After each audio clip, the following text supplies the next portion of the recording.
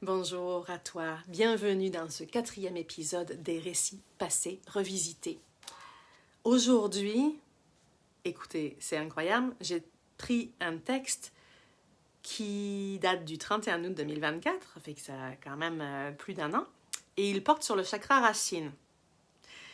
Vous verrez le lien avec le contenu que j'ai publié plus tôt.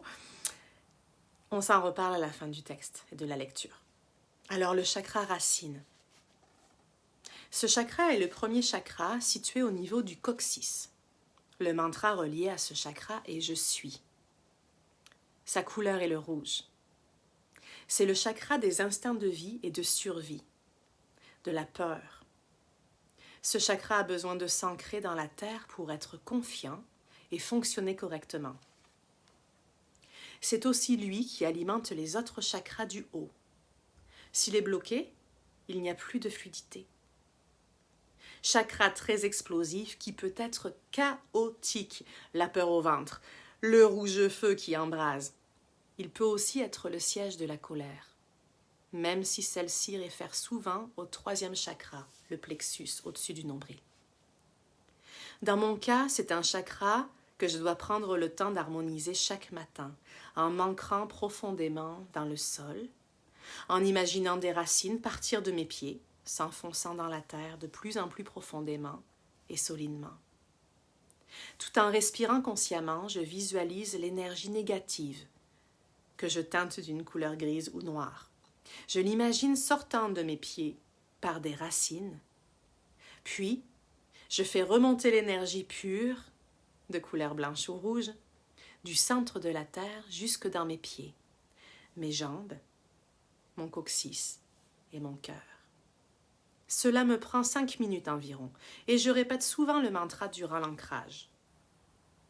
Parfois, je fais une méditation plus longue lorsque je sens des blocages. Je la fais aussi quand je ne sais plus trop où j'en suis, lorsque je vis des changements ou que des peurs refont surface.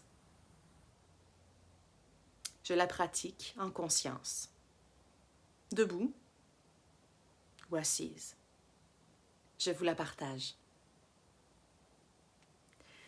Voilà, donc,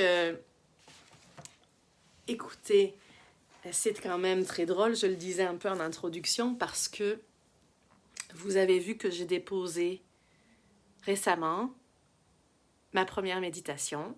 Et cette première méditation-là, elle avait pour objectif d'adresser vraiment le sentiment de sécurité et le relâchement.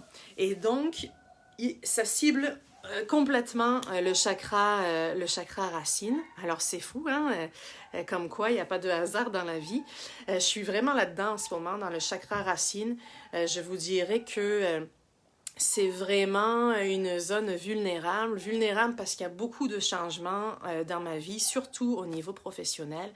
J'ai dû faire des choses dans ma carrière professionnelle dernièrement que j'avais vraiment jamais faites, là, mettre à pied des gens de cette manière-là pour des raisons administratives, ça ne m'était jamais arrivé. Ça m'a beaucoup demandé d'énergie, ça m'a beaucoup confrontée aussi dans mes valeurs, plusieurs de mes valeurs et ça m'a déstabilisée. Vraiment, là, ma fondation s'est fissurée. J'ai été en colère aussi devant ce contexte-là dont vous entendez parler, hein, et puis que les médias diffusent, et c'est pas juste au Québec, hein, c'est un peu partout dans le monde, c'est assez chaotique. Et sur le plan humain, c'est difficile. Donc, c'est venu vraiment, moi, toucher précisément mon chakra racine. Et je le sens là, qu'il y a moins de fluidité en moi. Je le sens que au niveau de mes chakras du haut, surtout cœur, 3e œil et un peu gorge, c'est pas facile.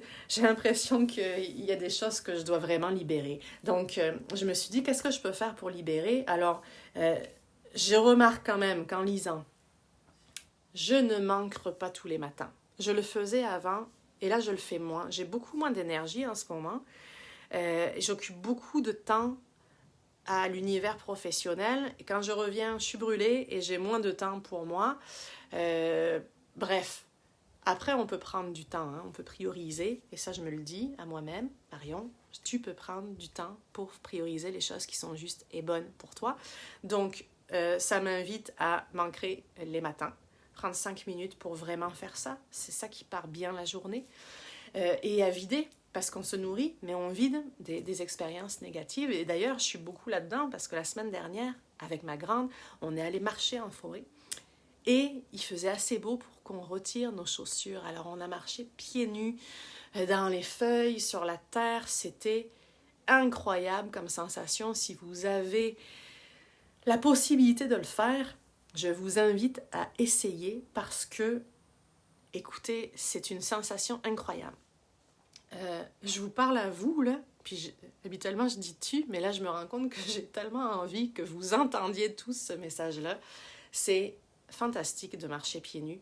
Ça a vraiment permis de se détendre et atteindre un niveau de sérénité que je n'avais pas atteint depuis un bon bout de temps, même au niveau méditatif. Mais la méditation que j'ai ajoutée, que vous trouverez d'ailleurs dans mon coffre à outils, c'est vraiment une méditation que j'ai faite en me disant, en premier lieu, je vais me l'offrir pour moi.